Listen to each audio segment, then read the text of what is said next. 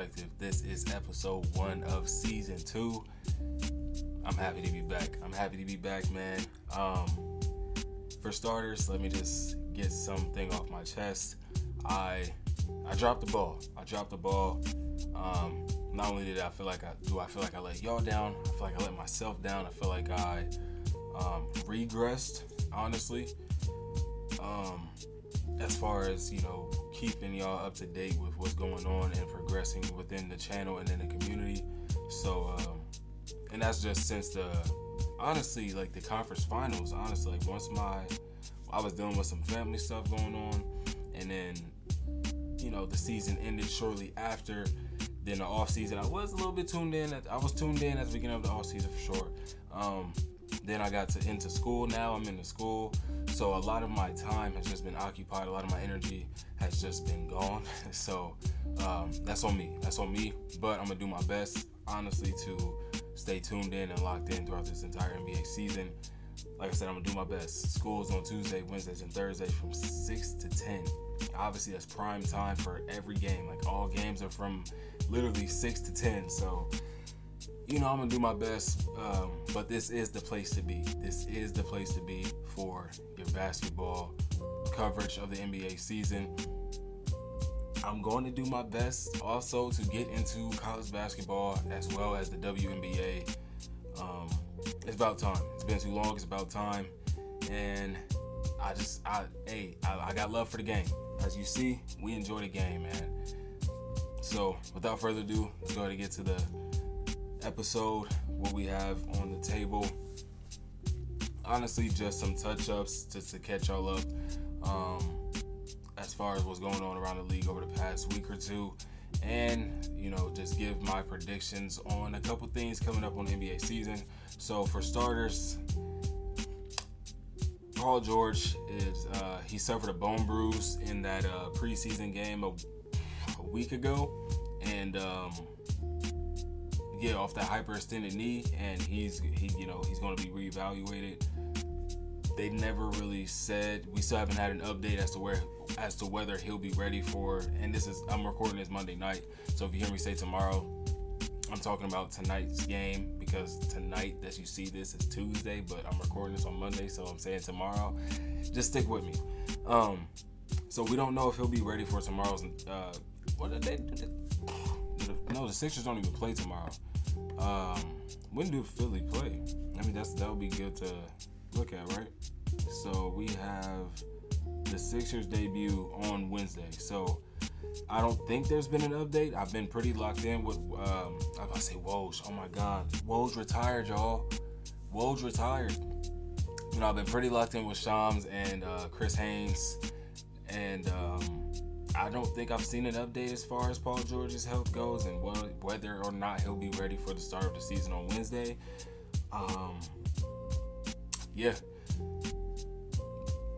Switching over to his ex-teammate Kawhi Leonard, he also will not be ready for the start of the NBA season. And this one's scary, bro. I'm not gonna lie, this one is scary. I've been watching mad podcasts. I've been tuned in, bro. Trust me, I've been locked in. I just haven't been able to bring the content my own to y'all. But I've been locked in, bro. I've been watching Numbers on the Board. I've been locked in at Gil's Arena. Shit, I even started watching 520 Club. Although they don't, 520 Club is a different kind of. I just started watching that, but neither here nor there. I've been locked in, and from what I'm hearing from these NBA, people that, ex-players, golly, I don't know why that was so hard to say. What I'm hearing from these ex-players, what they're insinuating at, especially on Gil's Arena, a guy like King and Martin, who has been through these issues of knee problems and having to have surgeries and whatever and whatnot. This don't sound good for Kawhi, man. He missed 8 games, 11 games in the regular season. That's okay. That's the healthiest season Kawhi has had since his 2019 year with the Toronto Raptors. And in the playoffs, he just was not there because his health, the knee again. And he was on the Olympic team, or he was supposed to be on the Olympic team, and the knee was an issue to where he had to leave. It was that bad to where he had to leave. And the Clippers were kind of downplaying it, not trying to lead on the fans to where they would be worried to where Kawhi Leonard wouldn't be available. But he is sidelined indefinitely. Indefinitely, bro? Indefinitely means they don't have a timetable. They don't know when he'll be back. It could be a month. It could be 3 months. It can be the entire year that he misses. Kawhi Leonard is 33 years old, bro. This is where, you are on the back end of your prime, but at the same time, you want that back end of your prime to go out, on your own terms. You feel me? I can't even say like D-Wade, because he was hampered by the shoulder. I think it was a shoulder injury, something like that. He also had knee problems. But you kind of don't want the back end of your prime to, because the way that Kenyon Martin is talking, Gil's Arena, like they're all talking, this is like career, like life or death for his career, basically. Like, this is very, very critical. And Kawhi Leonard we may have seen the last of Kawhi Leonard. Honestly, we may have seen the last time Kawhi Leonard has played basketball or will play basketball in the NBA. That's just truth that we have to accept at this point of time. And that's nothing that we can really do. It's nothing that, Kawhi Leonard had, nobody wants to go out there and get hurt. Nobody's playing to get hurt. But at the same time, his body is just not, cooperating with him over these past few years. And it sucks, because Kawhi Leonard is a great basketball player. When he is playing, he is superstar. Like, when he's healthy and he's playing, he is superstar on both ends of the floor. Both ends of the floor. Like, this is a rare breed, bro. The man does he have 2? I'm pretty sure he has 2 Defensive Player of the Years in an era where they weren't really giving it. They're still not giving it to wings and guards. Like, Kawhi Leonard is amongst rare air when you talk about Defensive Player of the Years. That's not a 4 or a 5. You got Marcus Smart, obviously the most recent one. Kawhi Leonard, Draymond Green's a 4. Who's the other one? Gary Payton. These are guys in rare air that really got a Defensive Player of the Year. LeBron should have one, and then obviously Michael Jordan has one. But this is not good. This is not good. I'm very, very concerned for Kawhi Leonard and the future of the Los Angeles Clippers, to be honest with you, because now you're placing all of this burden and weight on James Harden, 34-year-old James Harden, when he just left, or no. Yeah, that's why he left Brooklyn, because there was, like, he was saying, like, basically it was just him and KD, or sometimes it was just him because Kyrie wasn't there. Like, it's kind of like he's going through that same thing. I don't know how Harden feels about it. He definitely said at media day he's going to be getting them shots up, essentially. So we could see somewhat of Houston James Harden. Obviously, he's not reverting back to, he's not reverting back to 36 points per game. We'll never see that James Harden again. Trust me. And if we do, hey, he's that dude. If he could, I'm going to just leave it there. But you're placing a lot of responsibility on James Harden at this old age. The Clippers' future is very, very grim right now. Giannis Antetokounmpo thinks he might be traded if the Bucks don't win the championship. Quoted by Giannis: "Yeah, if we don't win the championship, I might get traded. This is the job we live. This is the world we're living in. It's everybody at any given moment. If you don't succeed, that might be it for us. If you don't do a good enough job, you're out." I don't think he's, absolutely wrong in feeling this way. Let's just keep it a buck. Many of guys over the past few years that we never thought could get traded or would get traded have been traded. Kevin Durant, we never, ever, ever, ever, ever thought Kevin Durant would be a part of a trade. Kevin Durant was traded. From the Brooklyn Nets to the Phoenix Suns. That happened. Kyrie Irving was traded twice. Once from Cleveland to Boston, and it was twice. I had to think. And then from Brooklyn to Dallas. Like Karl-Anthony Towns, after reaching the conference finals, was just traded. Like, this is the world they live in. So he's not absolutely wrong. But at the end of the day, you're Giannis. They're not about to trade you. They're not going to trade Giannis unless it's for a guy of a Cooper Flag, AJ DeBonsta, or however you pronounce his name. Bro, if y'all don't know who AJ DeBonsta, please go watch that. Yo, young boy can hoop. Oh my God. Yo, like when I tell you he's about to be like, he's my favorite high school player right now. I know he's number one in the country, but right now he's my favorite high school player. He's just different. He's different. AJ DeBonsta is different, bro. The best of DeBonsta, I need to learn how to pronounce it. I got y'all next time, bro. But please go look, bro. Please go watch him against the Boozer Boys, bro. He was killing, bro. He did a move I have never seen in my entire life, bro. He got to switch with the big man. And I'm going off on a tangent. I'm talking about high school basketball when we was just talking about Giannis. I don't know how I got here. Oh yeah, we're trading Giannis. He did a move I had never seen before. I would get up and act it out, but I'm kind of limited with space in here right now.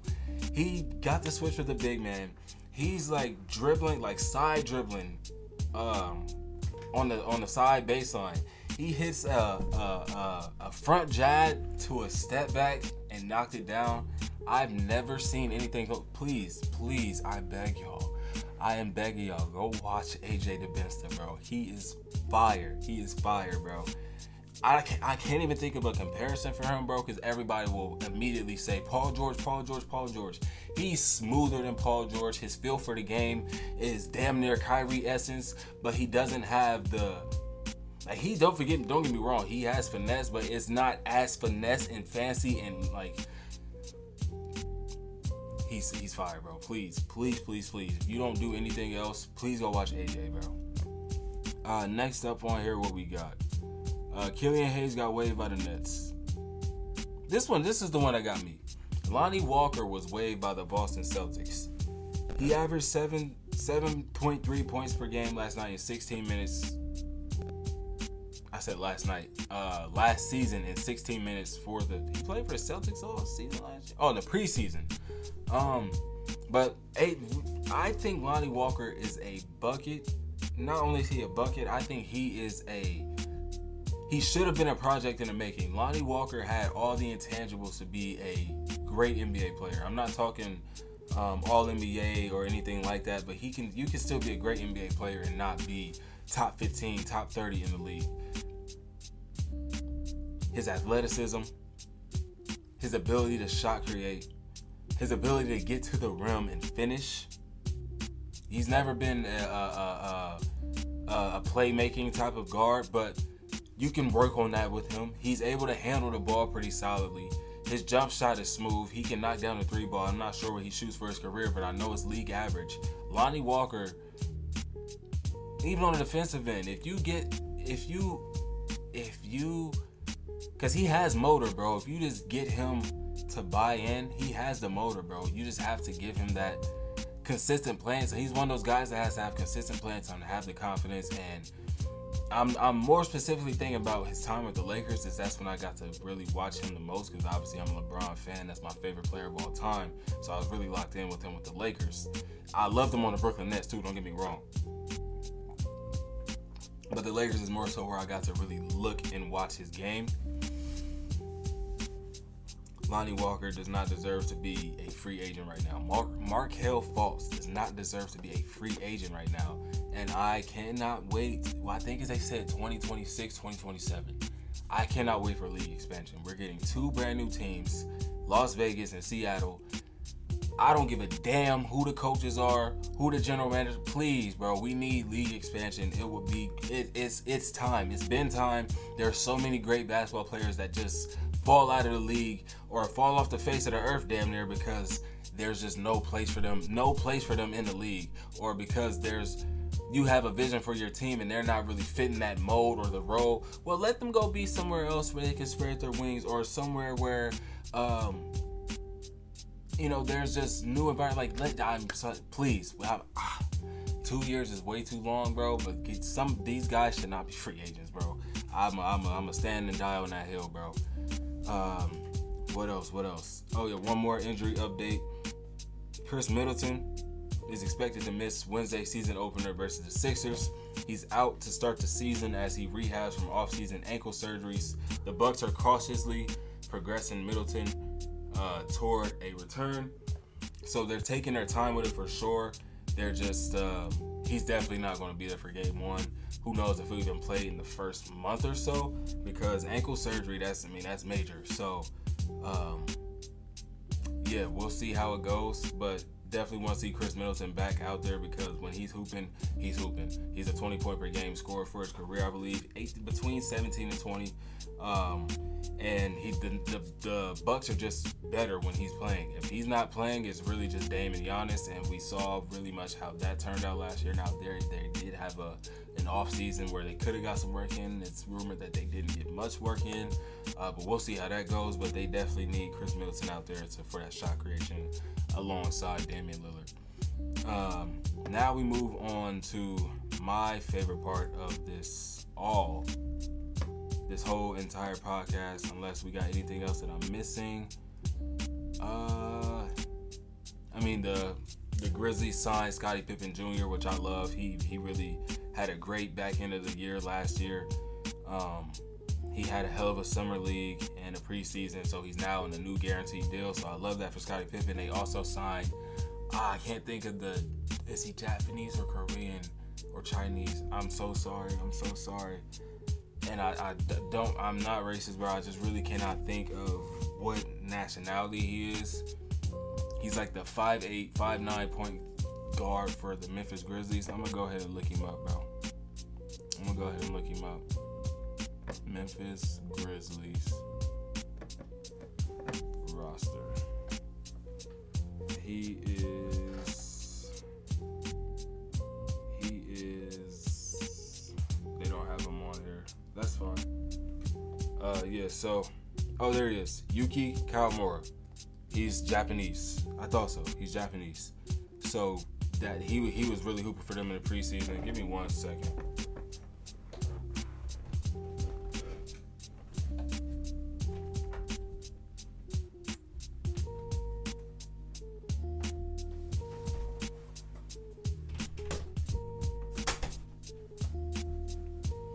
I ain't even cutting that out. Got pets. What are you gonna do? Anyway, so what was I saying? Yeah, Scottie Pippen Jr. and Yuki were signed. Yuki Kawamura were signed to the Memphis Grizzlies. And Lonzo Ball returned. That's huge. I love his first game back. Obviously just preseason, but 10 points in 15 minutes. He was very, very effective on both ends of the floor. And then Juju Watkins, USC sophomore phenom, has agreed on a multi-year contract extension with Nike that will give her one of the richest shoe endorsements in women's basketball. Nike officials finished discussions Tuesday on the deal, with negotiations led by Clutch CEO Rich Paul and Watkins' team, including, we don't need all that. So Juju Watkins, man. Hey, y'all think Caitlyn? Y'all think Caitlyn is nice? Man. And it's girls nice. It's girls colder than Juju in like high school. I don't know, I wouldn't say colder, but it's girls cold like Juju in high school. Man, I can't wait, man. I can't wait to lock in with this WNBA season whenever it comes back, man. Shout out to the New York Liberty for achieving their very first championship in franchise history. That's dubs to them, man. You always love to get that first, being a part of that first one. You forever submitted. Now moving on, like I said, to my favorite part, we have the rookie contract extensions, man. Trey Murphy. It was reported. Let me see. It was reported that Trey Murphy would miss some time, at least 3 weeks, to start the season because he had some kind of injury. I can't remember. I have the screenshot. I just can't find it. But he signed a 4-year, $112 million rookie contract extension earlier today. No incentives and no player option on his contract. New Orleans locked him in for the next 5 years. He's expected to miss time, like I said, to start the season. But once he returns, the Pelicans should be in full swing, bro. I think that's their only place that they're lacking or where they have, injury. Moving on to the Atlanta Hawks, they came to a 5-year, $150 million extension with Jalen Johnson, man. So that's $30 million a year, basically, for Jalen Johnson. Similar to that is the exact deal that Jalen Suggs got. He just got $500,000 more than Jalen Johnson. 5-year, $150.5 million for Jalen Suggs. We also got Jaden Hardy with the Dallas Mavericks agreeing to a 3-year, $18 million rookie contract extension. He's just 22 years old. He averaged nearly 8 points per game during his 2 seasons with the Dallas Mavericks. He is another project player, a guy that has some promise with his offensive game, and if he can really get consistent with that 3-point shot, he can be a real rotational piece for the Dallas Mavericks this year, seeing how they're lost out on Derrick Jones Jr. and Dante Exum is hurt to start the year. So he could really make himself useful and take advantage of the opportunity he's given. More on that Jalen Suggs contract though. Where is this? Come on, you gotta be better than this. Better organization, buddy.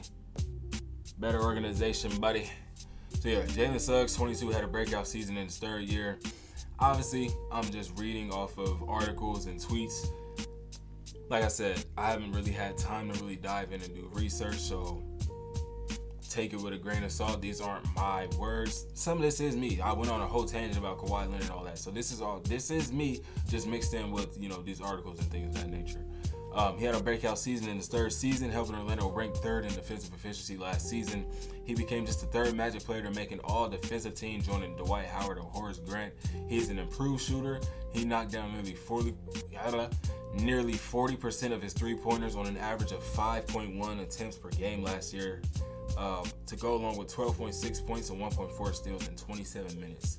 He was drafted with the 5th overall pick in the 2021 draft and joins his teammate Franz Wagner of a class that locked up the long-term deals with the Magic. Franz signed a 5-year, $224 million extension earlier this summer. You asked me, that's an overpay. But they're going off of potential that Franz Wagner possesses, so I can see that. The Washington Wizards locked up Corey Kispert on a 4-year, $54 million contract extension. It says that Corey Kispert is coming off a year where he averaged a career high of 13.4 points, shooting 38.3% from the 3 on 6 attempts per game. He closed the season with 19 straight starts and averaged 17 points on 50.8% from the field, 43.9% from 3 in those games. So in his last 19 starts of the year, he shot basically 44% from 3 and 51% from the field. That's averaging 17. That's a bag right there. Prolific three-point shooter, Kispert's 459 career threes are the most by a Wizard player through their first 3 seasons with the franchise. So yeah, they got themselves locked up with a shooter for the next 4 years to go alongside Alex Sarr, Bud Carrington, and whoever else they bring in this next upcoming draft, because they will have a top 8 pick. Because you know how them odds be. Hitting. Who is left? Aaron Gordon, actually, before I came up here to record, signed his deal, agreeing to a 4-year, $133 million max extension with a player option and a trade kicker. He opted into his $22.8 million player option for the 2025-2026 season and will receive his max number the remaining 3 years. So, essentially, they have him for another 4 seasons. Yeah, 4-year deal, $133 million max extension. What can I say? They're all in on their team that they have right now. They have Jokic, Jamal Murray, Michael Porter Jr., and Aaron Gordon all on max contracts. This is the most expensive mid team. I couldn't even keep a straight face. Nah, they're just one of the most expensive teams that don't really have wiggle room to get better unless you are trading a Michael Porter Jr. or Jamal Murray, because you obviously love the idea of having Aaron Gordon next to Jokic. Otherwise, you wouldn't have extended him this max extension. You would have let the season play out, let him opt into his player option, and then you see what you do from there. But instead, they decided to go ahead and give him this max extension now, and now you're pigeonholed because you literally cannot get better. You have a plethora of young guys coming off your bench, and Christian Brown, Julian Strawther, Peyton Watson, who else is over there? Is Zeke Naji still there? I can't even remember. They have a plethora of young guys that are not proven coming off their bench, and a couple of them have some big shoes to fill, seeing how they lost out on Jeff Green and KCP. Why was KCP so hard to remember? So some of these guys really have to step up and play a role that they probably aren't meant to play this early in their career. So it's going to be really tough for Denver over these next few years to try to make themselves better unless they can get off one of those contracts. And it will suck because that's literally what you're trying to build off of, is that championship from 2 years ago. So we'll see how that goes, man. I'm not upset about it. Aaron Gordon deserves that money because he is a hell of a two-way player, and he is possibly the best forward at the forward position that you can put alongside Jokic, that will play that dunker spot perfectly. Not only that, Aaron Gordon is a very solid playmaker, believe it or not. Not only in the half court, but Aaron Gordon, bro, y'all know, bro. Aaron Gordon in the Orlando Magic was a dog. Now, he wasn't no Paolo. Like, you thought he could be something of a Paolo, but he's not no Paolo. He wasn't no Paolo, but he was bringing the ball up the court, bro. They ran the offense through Aaron Gordon. So, for the most part of his career, he had the ball in his hands. I'm not saying a lot of the time that Aaron Gordon was the point forward. I'm not saying that he had a lot of opportunities to do so, is what I'm getting at. So he's comfortable with playmaking, bro. That's not something that's new to him. And you see it alongside Jokic. You see him in the handoffs with Jamal Murray. You see him, finding a slip with whoever is in the game. Like, Aaron Gordon is a serviceable player, and he deserves that money. Kudos to him. And, hopefully this goes the way that they're thinking it goes. And then the last two teams that we will talk about will be the Houston Rockets and the Golden State Warriors. Now, for the Houston Rockets, they could have made these decisions last season and decided to extend their guys in March, but they did not do so with their young and up-and-coming stars in Jalen Green and Alperen Sengun, which left a lot of people to wonder, do they really believe in Jalen Green? Is Alperen Sengun going to be the nucleus or the core of this future where they run this Jokic-esque offense through him? Not saying he is a Jokic player, but, he does have that hub ability where he's a big man that you can make off of and run an offense through.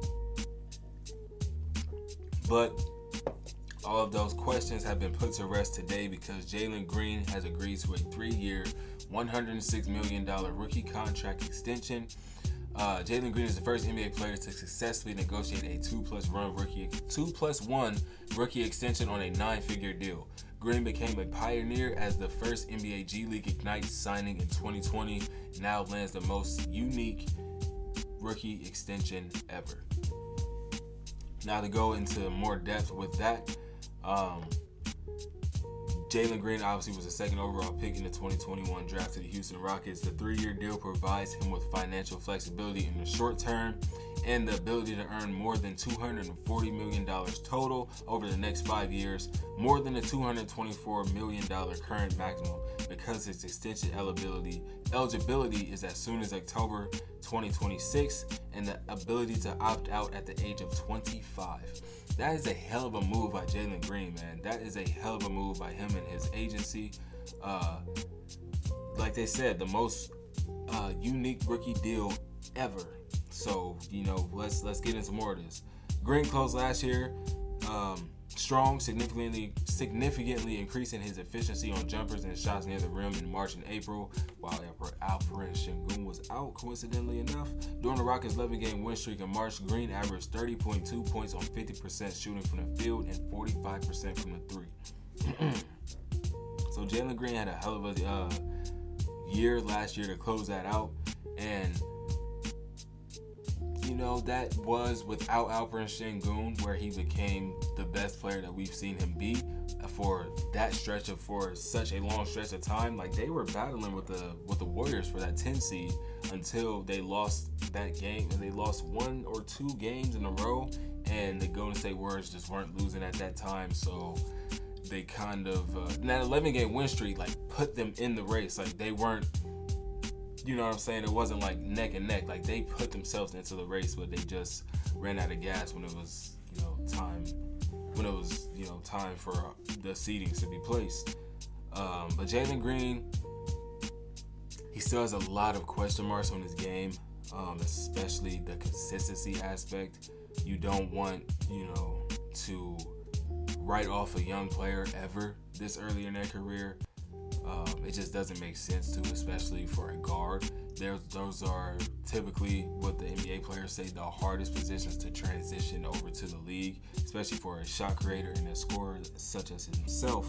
He does, though, put himself in positions where he has to take very, very tough and contested shots. We want to get away from those, especially now that we have this contract. He is, 21, 22? Jalen Green still has a lot of room to grow, bro. On the defensive end, we have seen a bit of improvement, but we definitely need to see more for him to be, in my opinion, considered a max guy, a max contract guy once his next one is up. This is a max rookie extension. That's different from a max contract player. So, I mean, not really, because they're getting $224 million, bro. He's going to make 250, what did it say? He's going to be making $240 million over the next 5 years, bro. So Kate Cunningham's deal, which we thought was crazy, 5 years, 224, whatever it was. Jalen Green just added another $20 million on that, basically. So yeah, and then a little bit after that, they decided to go ahead and extend Alfred Sengun on a 5-year, $185 million rookie extension. He is the first player to sign a 5-year rookie extension and have a player option since Luka Doncic and Trae Young. So they're all in on their young guys, their young core, especially those two. They also have Jabari Smith Jr. coming up either this season or the next season. I can't remember. But they are definitely going to have to, take the season serious. Obviously, Ime Udoka being there, it was much better last year than it was even the season prior. They got the vets and Fred VanVleet, Dylan Brooks.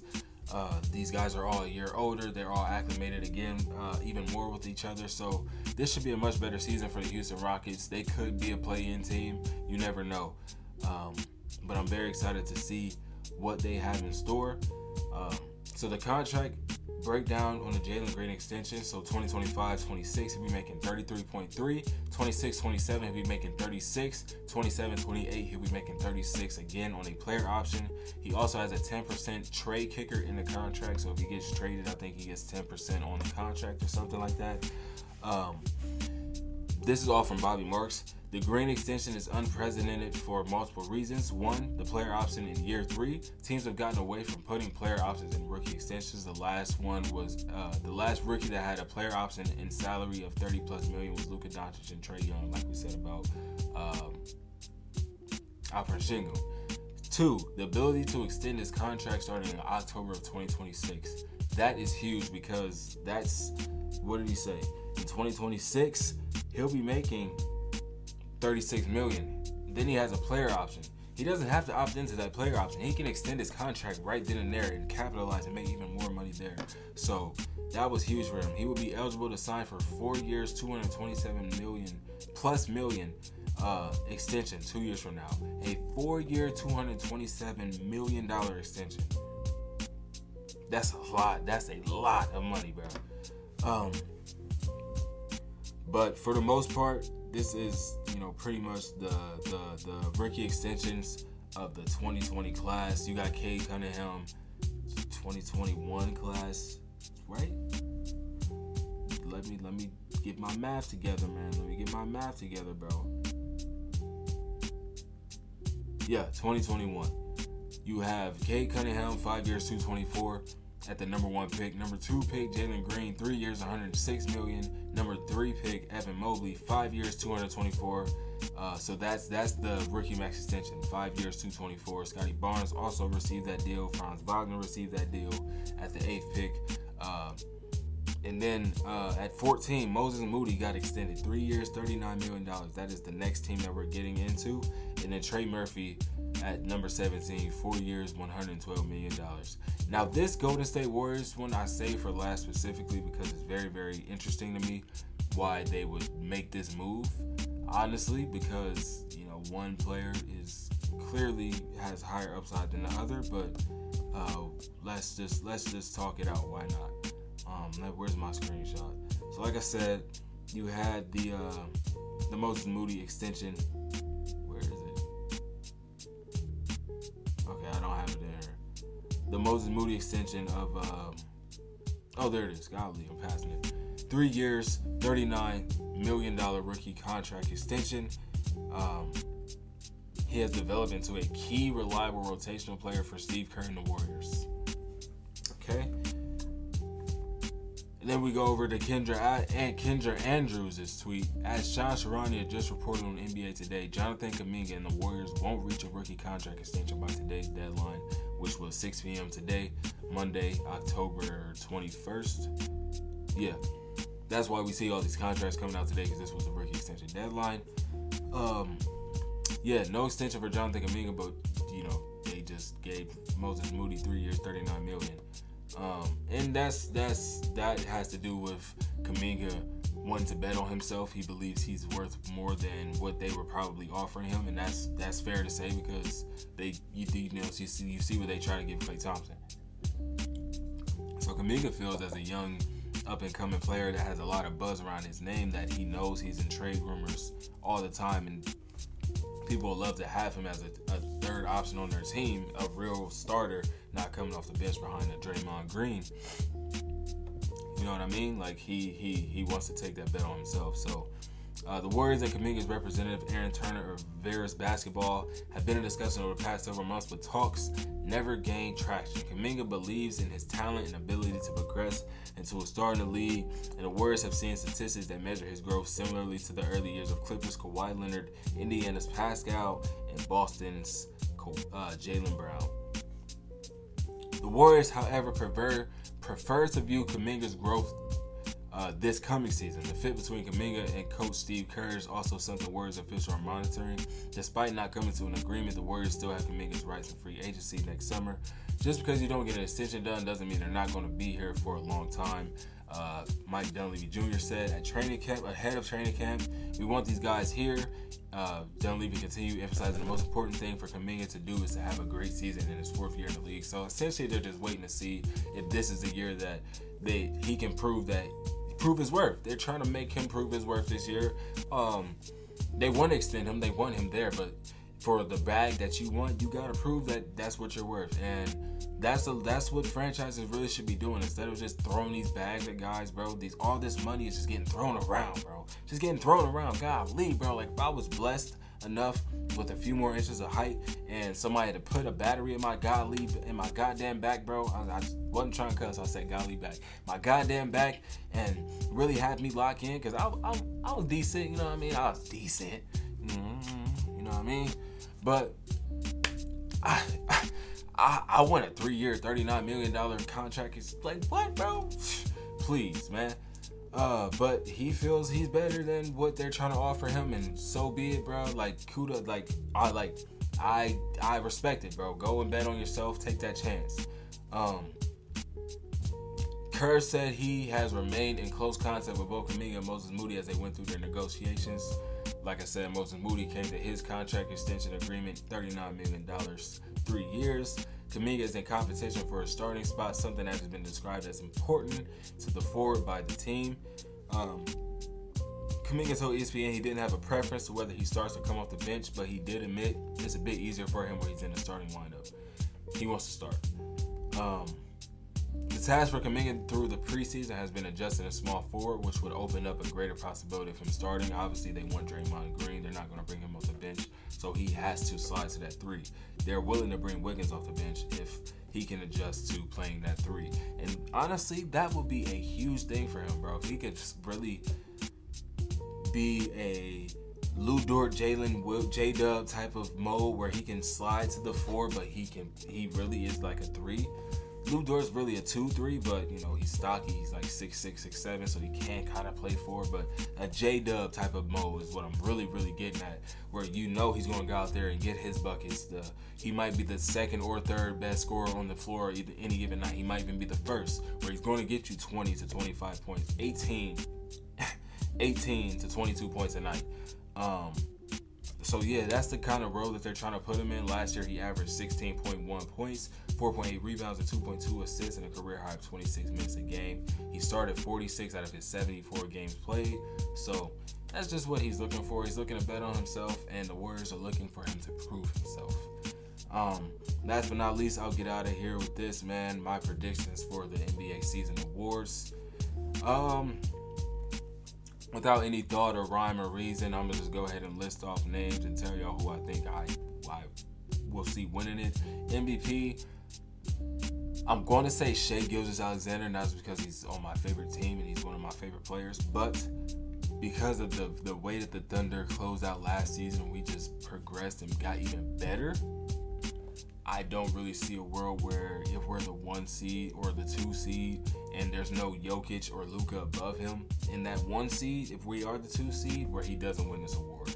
If the Wolves are the 1 seed, I don't think Anthony Edwards will have the counting stats for MVP like a Shai or a Luka or Jokic, like the 30 points per game. Now he can, but he won't have the rebounds and assists. Now Shai does not average nowhere near the assists or rebounds of Jokic or Luka, but him leading his team 31 points per game a night, you know what I mean? On the defensive end, being the steals leader for last year, like that was the type of thing. Now, Anthony Edwards is a great defensive player as well, so it could happen, but top 3 is Luka, Jokic, and Shai, obviously, the top 3 from last year. Anthony Edwards could sneak in there kind of as a dark horse, not really, because he is a superstar in the making right now. But my vote is for Shai, but I wouldn't be surprised if Luka Doncic won it. They're not going to let Jokic win it for a 4th time, I don't think. They're not going to let him do the Bron thing where he got 2, where he back-to-back, somebody else won it, and then another back-to-back. I could see it, but I don't think the Nuggets, like I was saying earlier, are in a position to where they can be a top 1 to 2 seed.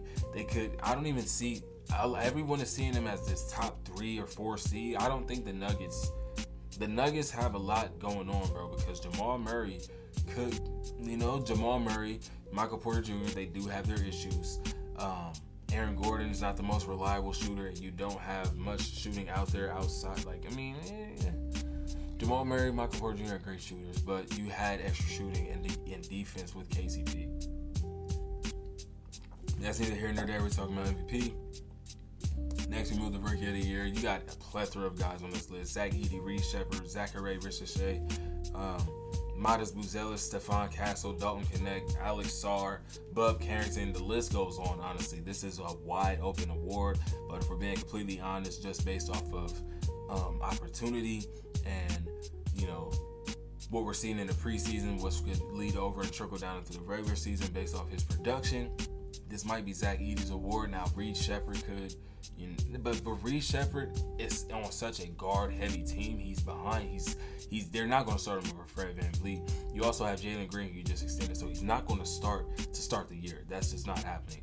But off the bench, you also have a Cam Whitmore and a Min Thompson. So where he finds a role and finds minutes to win Rookie of the Year, I just don't see it. Zachary Ricochet, possibly alongside Trae Young, could get him some open and nice looks. But, Zach Edey's going to average a double-double. That's just off rip. Zach Edey's going to average a double-double. Seeing how Jaren Jackson is not a plus rebounder, he's definitely going to average at least 11 rebounds, being 7'4". That's just what it is. So this is Zach Edey's award, in my opinion. Most improved player. They had Victor Wembanyama winning this award. I don't understand how this is a generational player. We're not talking about Ja Morant from a few years ago. This is a generational player. How can he be the most improved player? How? That's like saying LeBron James would have been the most improved player his second season. How? That's just that you cannot. He is a lottery pick. He is the pick. He's the #1 overall pick. How can he be most improved? Unless he just had a badass year last year, which he did not. He was second in DPOY. He was on the all defensive first team. How can he get better? By winning DPOY? Okay, he was supposed to win it last year. They just didn't give it to him because he was a rookie. This cannot keep happening. This cannot keep happening. Stop putting these lottery picks in most improved player talks. That is ridiculous. That's absurd to me. Like, am I the only one that's bothered by that? Ja Morant, it wasn't his fault that they voted him and he won it.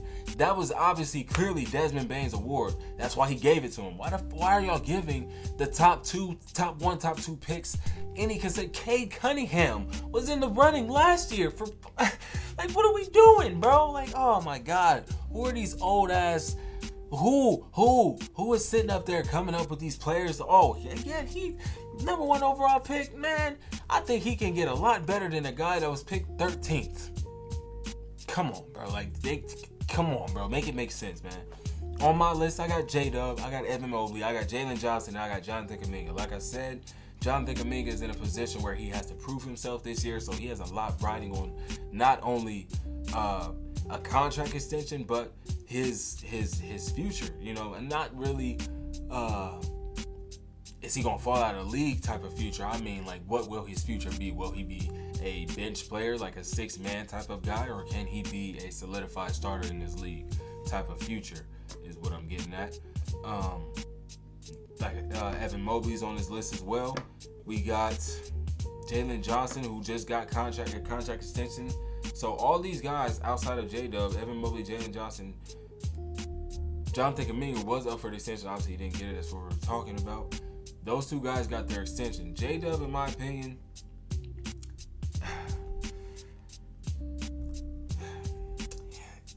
he can do it. It's just the fact that we have a Chet Holmgren who can also put up 20 a night. That is kind of worried. That kind of bothers me just a little bit. And for J-Dub's case, he would really have to go out and average like 23, 24 points per night. And I just don't see that happening with Shea putting up 30 plus. Chet got to get his, or Chet's going to get his, because he's just that much of a mismatch on any given night. And it's just, it can happen. It can happen. He can get much better at rebounding, because J-Dub is a very impressive rebounder for his size at 6'8". His playmaking is very, very good when Shea is not on the court. So it could happen. I could see it. Evan Mobley, where he can get better really is just scoring the basketball. Defensively, he's a monster. He's going to dominate the glass. I want to dominate the stretch, but he's going to attack the hell out the glass. Where he really can improve is his scoring. Same with Jalen Johnson. Just get better at scoring the basketball. And we know what he brings on the defensive side of the ball. He can improve on the defensive end. He's no Evan Mobley, but Jalen Johnson is a very decent defender. He can move them feet, especially on the perimeter. And then, like I said, Kuminga just has a lot to prove this year. This is getting a bit lengthy. We had almost an hour. This is crazy. Somewhat an hour. 6th man of the year, Malik Monk, Naz Reid, Benedict Mathurin. Same kind of guys that's been in it for the past couple years. Between Malik Monk and Naz Reid, it's been like 3 years that they've been battling a little bit. Or it feels like. Malik Monk, I feel, has a better chance because they're not going to start him. You have